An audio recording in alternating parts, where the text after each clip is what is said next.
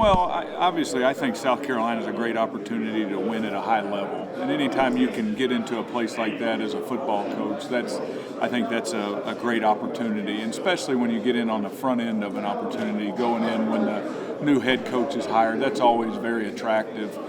This part of the country has always been exciting to me.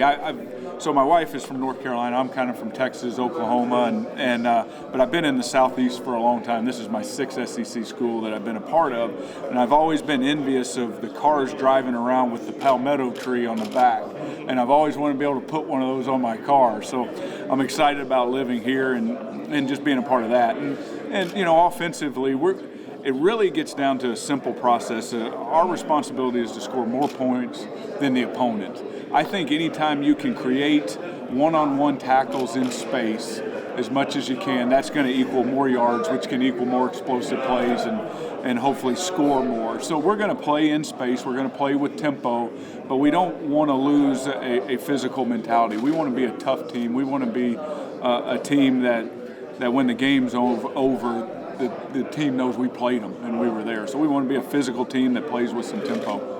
Will what you do here be consistent with what you've done at other places, or will it be at all different? That's going to be our base. I think you always grow as a coach, or at least I think you better grow as a coach, or people catch up to you. So we're not going to be identical to what we did at Duke University or Florida University, but we're going to have a lot of those similar characteristics. I mean, we know what we know, and so our offense is going to be built around that. But I do think we grow, and I do think you'll see some things that are added. And being in the NFL for a year was a great experience. It was a great learning experience, around a great deal of good coaches and good people, and hopefully we can incorporate some of that. So, Kurt, how do you explain what your system is and what it emphasizes?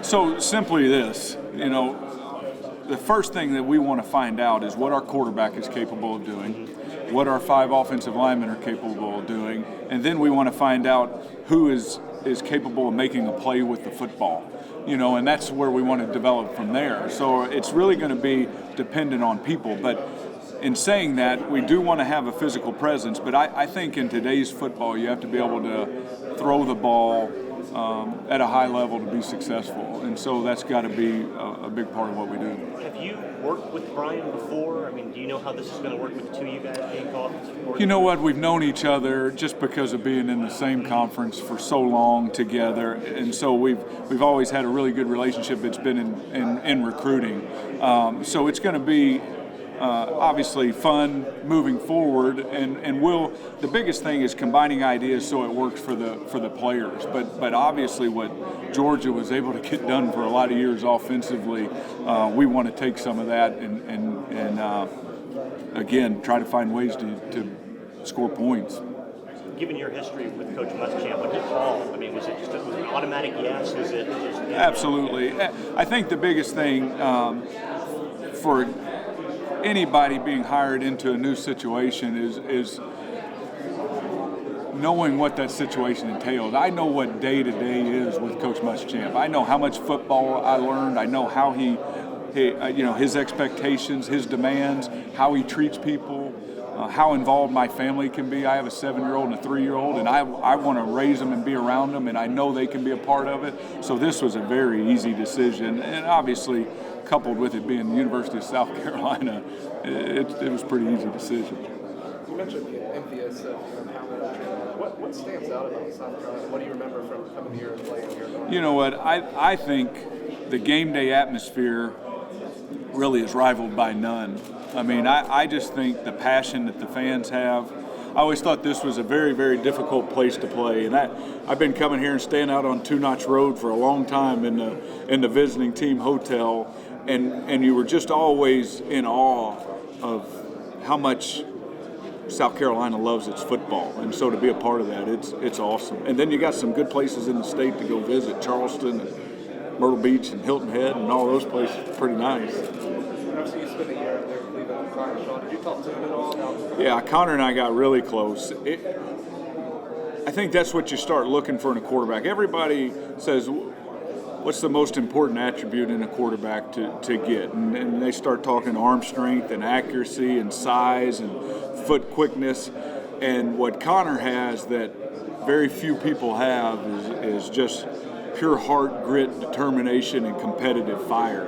And then you can build from that. And I think that's what makes him the quarterback that he is. And to be around a guy like that, it's awesome. Did you give any kind of tips or advice about going out here? You know what? He did. I don't know if it was tips or advice as much as it was just, talking about how much he loves this place and how excited he is for, the new staff to get here and get started because he thinks we're going to really love this place. But I think you find it, the same passion that he has on the field he has for the University of South Carolina and Columbia. So he's just so excited about, just this place in general that it's just fun to talk to him. Kurt, did you get a sense this was a difficult year for him? Because I would have think he might have figured into that quarterback mix as he'd been healthy. Yeah, there's no doubt it's a difficult year because he couldn't play football. He had NFL's a different deal. So his injury cost him the whole season. So just being around and competing to be the quarterback, he wasn't able to do, and that's what drives him. That's who he is to be able to compete. And he's back throwing now, and he's looking good. So that's what he's going to do. He's going to every day push those guys to be the starter. Does he have a future in the NFL? Absolutely, he has a future in the NFL. I think it's like anywhere else. What I learned about the NFL is right situation, right time. But what he has, again, you can't coach, is when he went on the football field, the ball went down the field towards the end zone, and you can't always explain that, but that's what he does when he goes out there. Absolutely. Thank you, Coach. Absolutely. At the running back position, what kind of skill set do you look for to succeed here? That's a good question. I think it's always fluid. You got to put the best player out on the football field to make plays, but I think in this league you have to have somebody that is physical enough to withstand the pounding between the tackles a high percentage of his carries. He's got to be able to go run between those guys and bang off people and break tackles. So it's not always just size, but that kind of power and strength. And then I want a guy that can catch the football, that can be used as a wide receiver lined up outside or catching the ball out of the backfield. You want the whole skill set. But to be successful, he's got to be a physical guy. Have you had much time to look at what you'll have to work with here yet? Very little yet, because we're so immersed in recruiting right now. That's been the focus. But as we move past that, then we'll put together a plan to evaluate all these guys before we get out on the field for spring practice. But just the conversation that we've had as a staff and offensive staff in general is really this is a new start for everybody. And so we want them to understand we're excited about them and hope they're excited about us as coaches, and they got a chance to go show us something from the very beginning, from the start for these guys. Coach Jeffrey Collins, the Associated Press. What's going to be your offensive philosophy here? I mean, are we going to see, there's a couple of different things going around. Is there something specific that you want to run here, or are you just kind of waiting to evaluate the personnel and figure out? Well, I think it's all that, and talking earlier, what we talked about is I think the most important thing is finding out what the quarterback's capable of and what the 5 offensive linemen are capable of. We do want to use speed and space. We do want to use tempo. We do want to keep a physical mentality to our offense. But saying all this, at the end of the day, is we've got to be a competent passing team to be able to win football games too. I think you run into third down situations, 2-minute situations, tight red zone situations where you have to be able to throw the football at a high level to win football games. What's your relationship with Coach Muschamp? I mean, y'all were on the same staff for just a year. He hired you as an offensive coordinator, and now he's brought you back. Obviously, he must have a lot of faith in you, even after that 2014 year. Right. So, did you expect to come back? I guess would be the better question. I don't know that I ever had any expectations.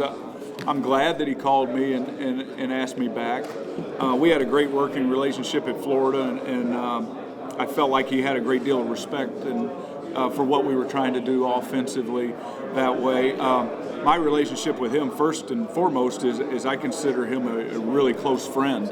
And then I felt like I learned a lot of football from him in the year that we were together, and I, in return, I hope he learned a lot of football from me at the same time. So I think it was a great working relationship at Florida, and I think it will be a great working relationship moving forward. Is it easier to be a coordinator when your coach tends to lean on the other side of the ball? In other words, is it easier to be an offensive coordinator when you're with the defensive-minded coach, or is it easier to be the coordinator when you're on the same page? You know what? I don't think easier is the right word. It's different. So I was a coordinator for Coach Cutcliffe for a long time, who obviously his specialty was offensive side of the ball. What ends up happening is they just know all the details of what's going on easier. It's hard to immerse yourself in the fine details of everything that's happening. Well, he was able to immerse himself in those details. Same thing on defense is Coach Muschamp knows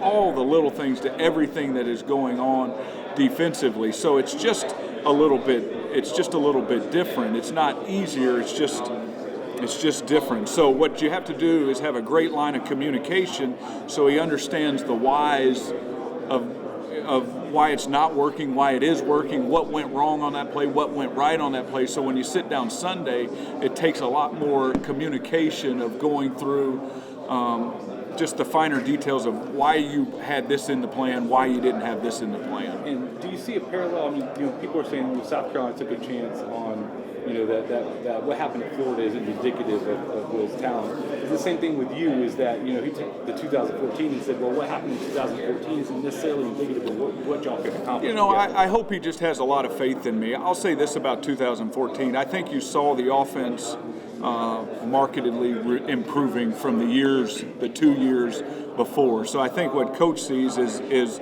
the offense was going in the right direction, and I think hopefully he will keep moving along those lines is what I think, and so I really appreciate his trust in me, and we're going to work hard to be as good as we can be. Coach, what was your biggest takeaway from your time in Florida? That's a big question. I don't know that I had one takeaway from the deal of Florida, other than I really enjoyed it. I really enjoyed working for everybody down there. I enjoyed living there. The players were great. They worked hard. They gave great effort.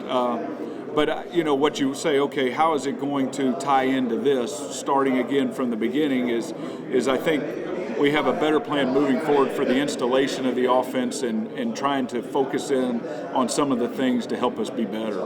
And you and I were talking before this, and you said maybe one of the biggest reasons why Florida just didn't really work that 1 year was because you had a hard time getting the passing game going. Is that so far? You haven't had a lot of time to evaluate the talent, but what have you seen from the quarterbacks so far? Well, our focus has been in recruiting, but I think moving forward, we're trying to start with complete new beginning for all these guys, and let them know that, hey, let's go out and work hard, and the best player is going to play. But we're going to have to be a functional passing team for that guy to help us be successful. And certainly a lot of talent at the quarterback position. Might be the most loaded position on this team right now. Well, I'm excited about working with those guys and learning what those strengths are with them, and then utilizing those strengths to the best of our ability. Have you got a chance to evaluate the quarterbacks yet? Very little.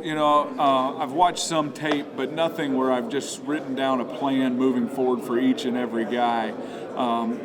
Really what I want to do more than anything now is focus on recruiting. We get through recruiting, and then we lock into trying to put together a small evaluation tape of each player on offense to say how can we improve before spring practice.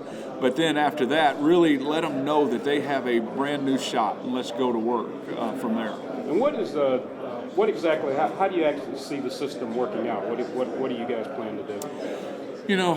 I think the best thing that I can say is hopefully we can get our playmakers in space and get them the ball at a high level and let those guys win football games for us. That's what we simply want to do.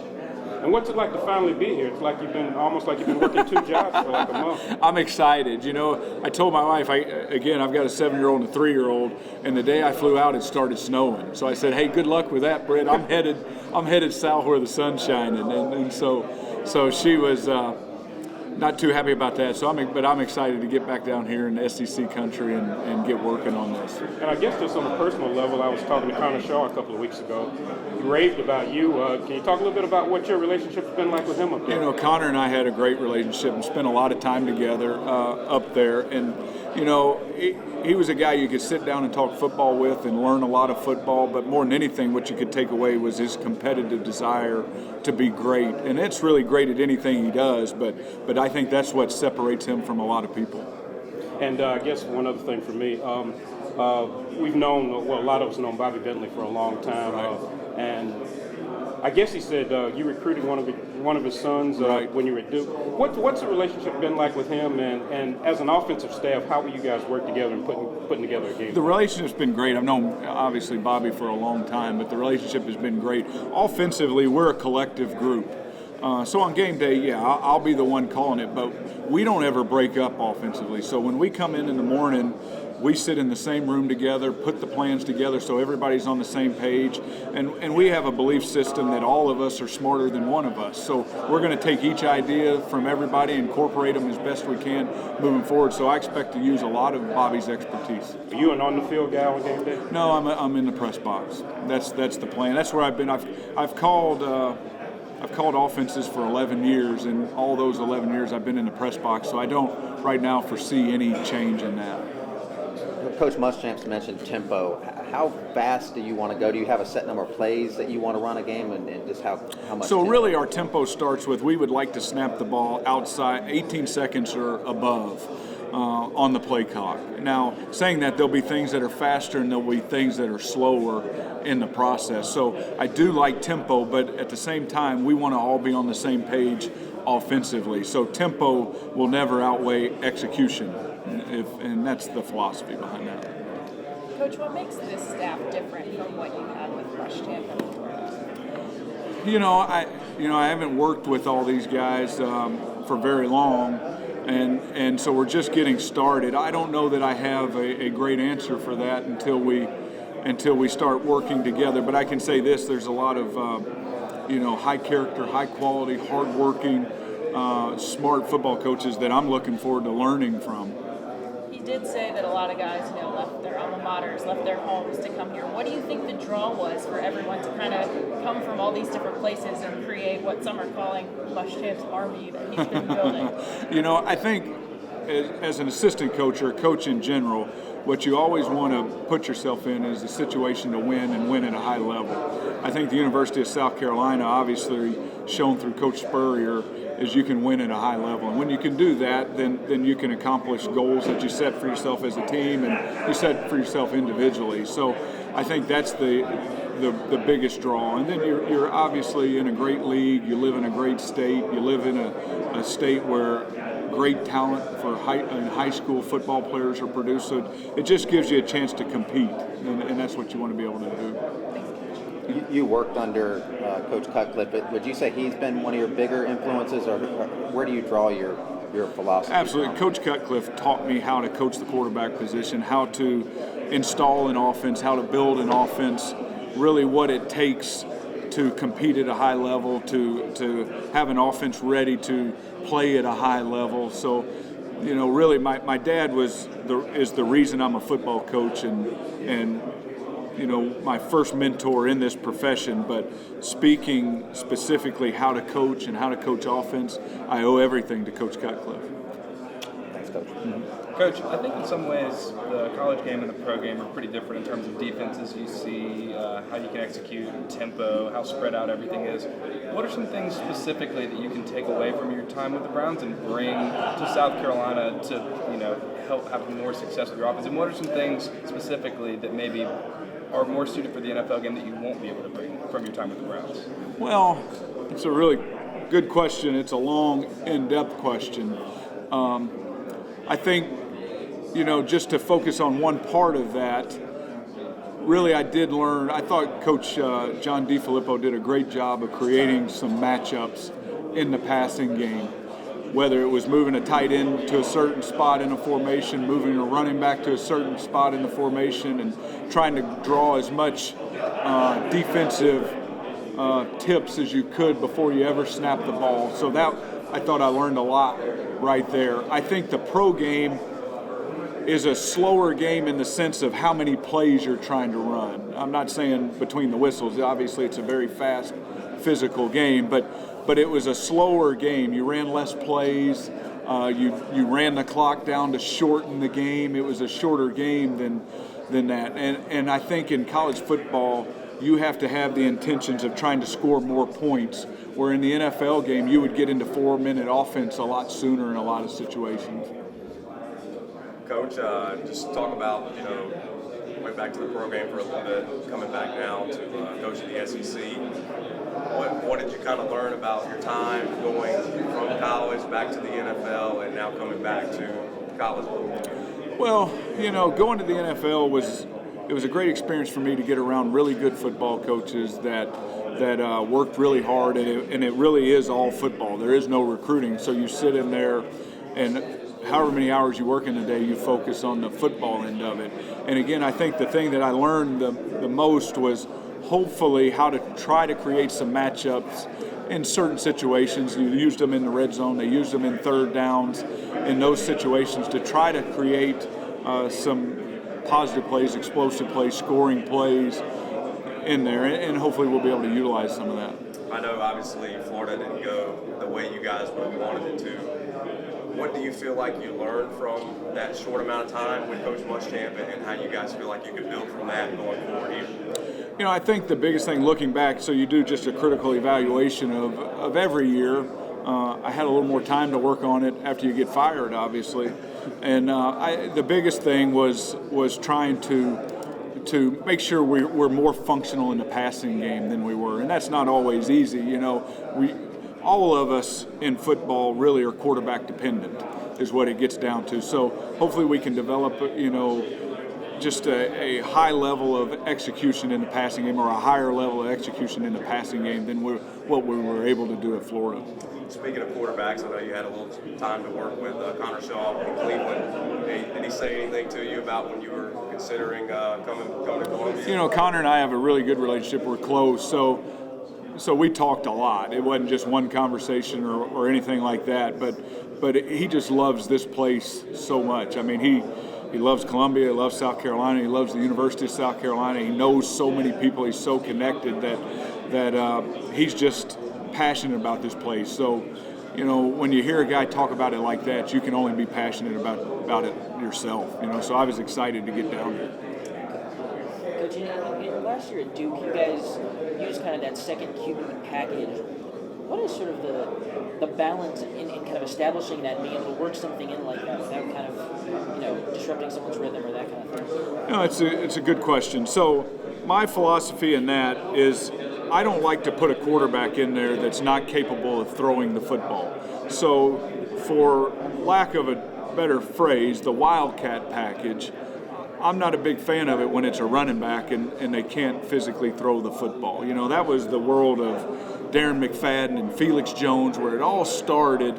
But what I think we were able to do at Duke is develop a second quarterback that earned the playing time through practice repetitions, through meeting study, and he had that skill set to go in and run between the tackles in short yardage situations in the red zone, but he still had that threat of throwing the football. He was more than a competent passer. He was a really good passer. So if we've got a guy that's earned some obviously opportunities to do that, and he has that skill set, then I think what it does is take some contact off of your starter in some situations. But really it develops from a short yardage, low red zone type thing, and it grows from there with what the guy's capable of doing.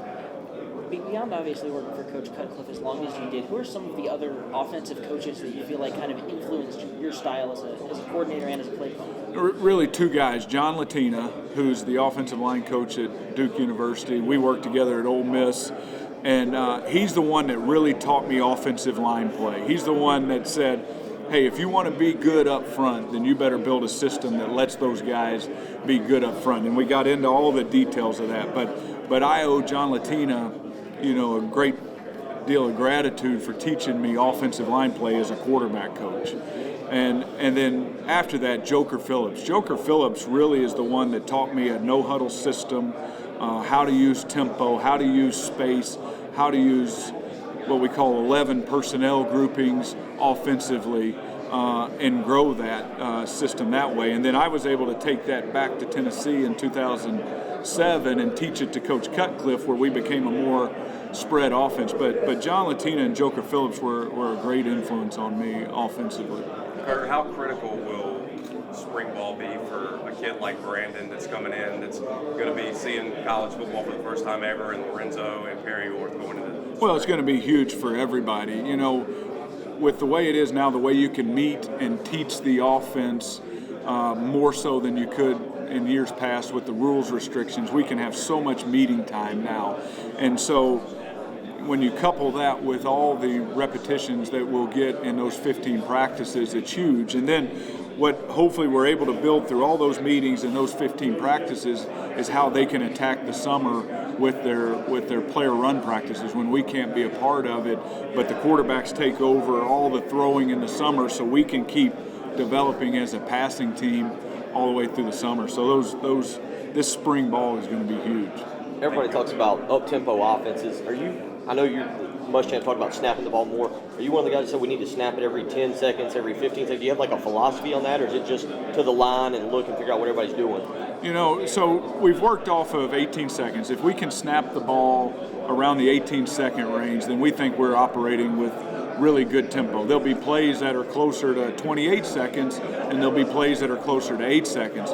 But our philosophy in the tempo world is let's create it, let's be able to change tempos to affect the defense, but let's not sacrifice execution for tempo, if that makes sense. But Bruce Arians said it, and I thought it made a lot of sense. And Scotty Montgomery, when he came back to Duke from Pittsburgh, we talked about this. If you can average a point per minute of possession, so if you had the ball obviously for 30 minutes in a game and you scored 30 points, then they felt like you were being productive. I feel the same way. You're being productive. So when you roll into a game and you're playing in Alabama, or you're playing in Georgia, you're playing a Tennessee or anybody in the Eastern Division, you're playing a team with really good defenses, then if you can manage a point per minute of possession, you're playing high-level football. How is being around guys? David Cutcliffe obviously had Eli Manning. I think you were there with Eli at Ole Miss. And then you go to more of the spread option kind of quarterback like you had at Treon Harris. How does that change what you do? How do you incorporate all those aspects? Because Eli's not really a runner. Well, I think, again, you go back to the first question we ask ourselves is what is our starting quarterback capable of doing? And once you figure that out, you have to build the plan around him. Now, saying that, we use spread principle runs, but we still teach the same passing game that we taught Eli, you know what I mean? And then you figure out how you have to narrow the package or how you can grow the package from there, but it's still the same concepts, and we still spend a lot of time teaching coverage and decision making based on coverage and pre-snap. So we're not just rolling tempo out there and not caring what the defense is doing. We're going to teach the quarterback how to manage the game and understand defensive football. With that in mind, when you recruit a quarterback, are you going to go out and say, okay, we're looking for a spread type guy runner? Do we want more of a pocket passer? Or do you say, I'm going to find the best guy that we can get, and that's who we're going to bring in, and like you just said, build our offense around that? Yeah, great question. So I think in today's world, you have to be able to throw the football at a high level. You're going to run into third and longs, third and mediums where you have to throw it. You're going to run into 2-minute drills where you have to throw it, and you're going to be in red zone situations where you have to throw it. So I think you can't sacrifice the ability to throw the football. So now what we want is the best passer that we can find that can move his feet. And so the more he can move his feet, the more we incorporate him in the run game. But we need to find the best athlete that can throw the ball at the highest level. Thanks, Coach. Absolutely. Kurt, that 18 seconds you talk about, that clock starts when? Right on the 40-second clock. So when the play's over and the official starts the 40-second clock, yeah, that's what we work off of. Now, depending on the scheme that's called, we use more time or less time. But we keep track of that as the game's going on and say, hey, we're around 15 seconds right now. Let's speed up a couple of things. Or, hey, we're around 22. We're doing good. We can keep our tempo. Will said one of the things he liked about you is you would speak your mind to him. What's a Saturday like when you're making the plays in terms of communication that you two? Our communication was great. Where Will does a great job helping me, is letting me know when it's a possible 4-down situation, when it's not a possible 4-down situation, when he wants to be in 2-minute drill, when he wants to be in 4-minute offense. You know, this somebody asked me earlier, this was an easy decision because I think Will is a great head coach, not a good head coach. He's a great head coach to work for, not just on game day, but every day. I know what Sunday through Saturday is like, and when you know that as a coach, you can create plans to go be as good as you can possibly be. How quickly did it come together once you knew he had, I guess once he knew he had the job with you guys? You know, I don't know, because I'm not privy to all the conversations that took place leading up to him getting the job, but you know, as soon as he asked me, I knew I wanted to be here. How many conversations have you had with Connor Shaw since? Well, a bunch of conversations. You know, we spend every day together. Right. And about this job or this situation. So you know, obviously when this situation started taking shape, even back during the season, this was a place that, you know, for me is a dream situation. So we talked about it, you know, several times. You never know what's going to happen and who's going to get the job, and if you have any relationship with that guy or any chance at all. But when it fell out, you know, we're just fortunate. You know, sometimes you just get lucky, and I couldn't be more excited about being here. Kurt, Oliver with the state newspaper. Yeah, hey, Kurt. Nice to meet you, Kurt. Just looking at it, I don't know if you had a chance to meet your QBs or talk with them yet, but you've got some guys coming back next year who'll be challenged for the job. How, I guess, intense will the competition be in spring? Well, it's going to be very intense. You know, all those guys start from the beginning with me. You know, and you got to put somebody out there first, and we'll figure all that out. But from there, it's an open competition. We have to find the guy that quite simply makes the most plays, that moves the offense and scores at a high level. And so it's completely open. I've had the ability to talk with guys on the telephone. I've met a couple of them in person right now. They're all starting to come back to school now, so we'll set up meetings next week and get moving forward. But you know, what I'll tell them is really no evaluation has been made. I'm going to watch them, and I'm going to put some general thoughts together, but it's a brand new book. Write your story. Let's go to work. Just hypothetically, Kurt, would you have any qualms about starting a true freshman in the SEC?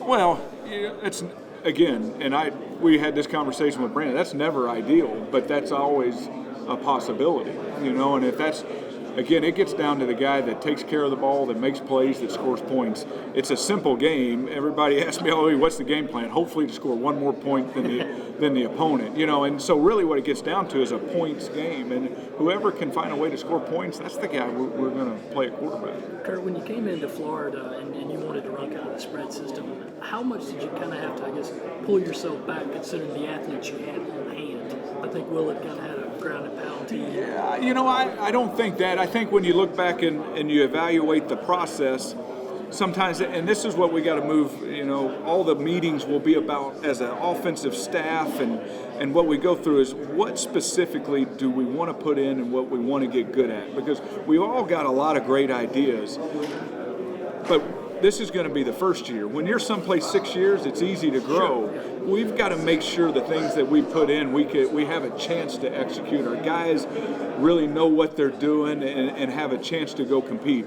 And Coach Cutcliffe taught me this a long time ago through Coach Bryan at Alabama. He says you beat yourself much more than somebody else beat you.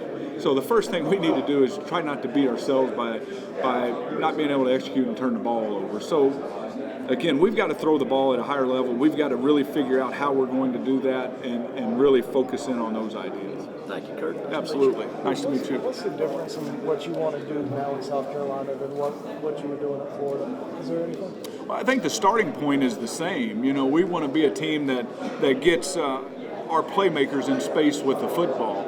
And we've got to obviously evaluate and decide who those guys are and build from there. But it really starts the same. We want to create speed and space without losing our physical mentality from there. But I do think being in the NFL a year was a good learning experience. Yeah, you talk about being in the NFL. What did you gain in terms of a knowledge standpoint being over there in Cleveland? I think the biggest thing that I learned, and I thought Coach DiFilippo did, was creating matchups in certain situations that were that gave you information about the defense and that created a true mismatch or a chance we had to win, whether it was putting a tight end on somebody or getting a running back on somebody, those type things, I think will be the most beneficial thing to us. Hopefully we'll be able to create those type matchups. What's some of the things you learned under David Cutcliffe when you were at Duke? Well, he's I mean, that is so numerous. We spent so long together, and it's really who taught me how to be a football coach on a day-to-day basis. But the biggest thing, and it will ring in my ears, until I die, will be make practice like a game.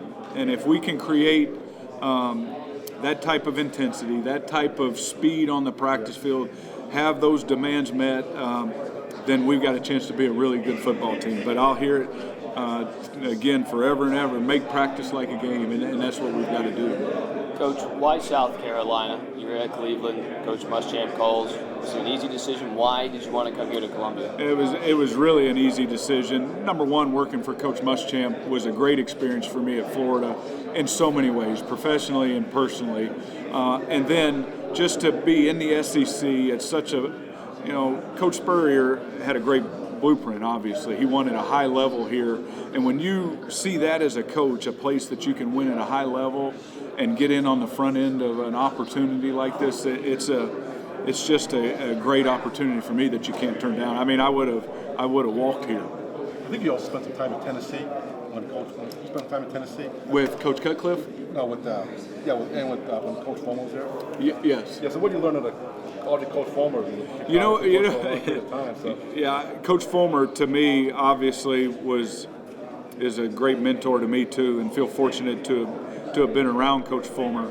I think the best thing that I learned from Coach Fulmer is to go recruit defensive linemen, and I think he did that better than anybody in the country for a long, long time, and why we were so successful as a program, or he was so successful as a head coach for so long. But again, having practice demands met. I mean, we were a physical football team at practice all the time. I've heard coaches talk about the fact that you spent some time in the SEC, outside the SEC. Right. I've heard the coaches talk about the fact when they coach in the SEC, then go somewhere else and come back, and they realize how different what a different world the SEC is. I mean, you've been at least two schools in this conference. So this is actually my sixth school in this conference. It's a great question. So I think it could go on forever, but this is my sixth SEC school. Right, yeah. I would like to make this one last a long time.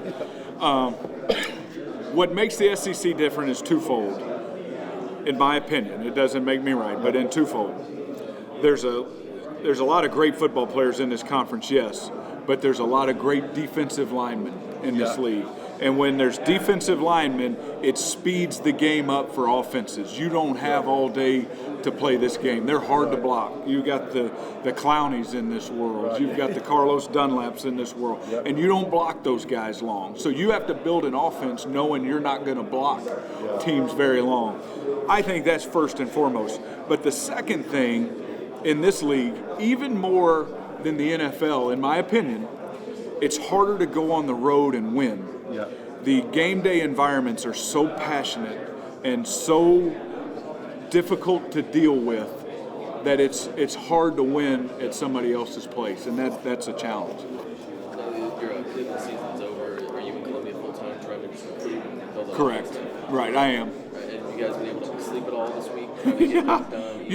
You do it as quick as you can for sure, but you're attached to a telephone this time of year. Right. And is Coach Muschamp just constantly preaching recruiting at the stage of the absolutely. I mean, everybody talks it, but everybody doesn't live it. And Coach Muschamp lives it. And being the head coach and having to wear all the hats he wears, but still do what he does in recruiting, to me, it's very impressive. And I know Coach Muschamp said if he had hired you his first year at Florida, he would probably still be there. Do you agree with that? And what kind of praise is that? You know what? I appreciate that first and foremost. Absolutely, I hope that's true. I think it's like when you talk with a football player, they better have confidence in themselves as a player, and same thing, I have confidence in myself as a football coach. Coach, what's been the thing you're most excited about getting back into the college game and specifically getting back to South Carolina into the SEC?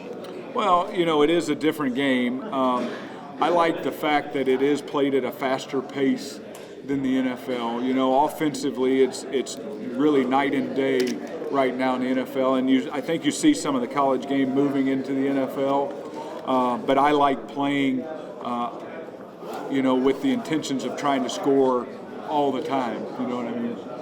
What's it been like being in this stadium? You've had some experiences here. Do you have a memory that really stands out to you from being in Williams-Brice? Just what I talked about just a second ago, making it hard. This place is a hard place for an opponent to come in and win. The passion of these fans, you have to spend your week getting prepared for not being able to hear when you play in this stadium. You're not going to be able to communicate verbally, and because of that gives us such a huge advantage here. You obviously had a little bit of interaction up in Cleveland with Connor Shaw, a guy that a lot of people in Columbia hold in very high esteem. What were your thoughts on him, and do you see a future for him in the NFL? Yeah. Again, I said it earlier, his competitive desire, his passion to be great, his love of being a quarterback. I tell guys all the time, being a quarterback isn't a position, it's a way of life. And he truly lives that. And because of that, and on top of his ability, he's got a chance to play at the highest level. Absolutely. Team Cleveland, head coaching change right now, kind of off topic, but where do you see the organization going, and who do you see them hiring as head coach? I'm not privy to many of those discussions, obviously, but I'll say this about Cleveland. It was Mr. Haslam runs a first-class organization. He spares no expense. He has a true desire to bring a winning program to Cleveland. I loved everything about my year in Cleveland except not winning enough football games for the Haslam family, for Coach Patton, and that community. I'm a guy from Texas. My wife's from North Carolina. I've been in the South a long time, and it was kind of out of our element to move to Cleveland. But it was a great place to live. Not a good place, minus some of the snow. It was a great place to live. The fans are like college fans there. That is a passionate fan base.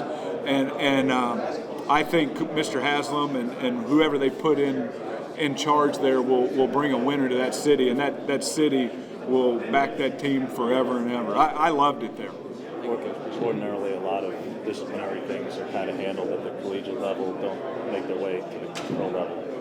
Could you ever have imagined dealing with some of the off-the-field issues at quarterback that you dealt with this year? I think anywhere you go, you have your problems, and you try to handle your problems as best you can and help the people, especially the ones that are trying to help themselves.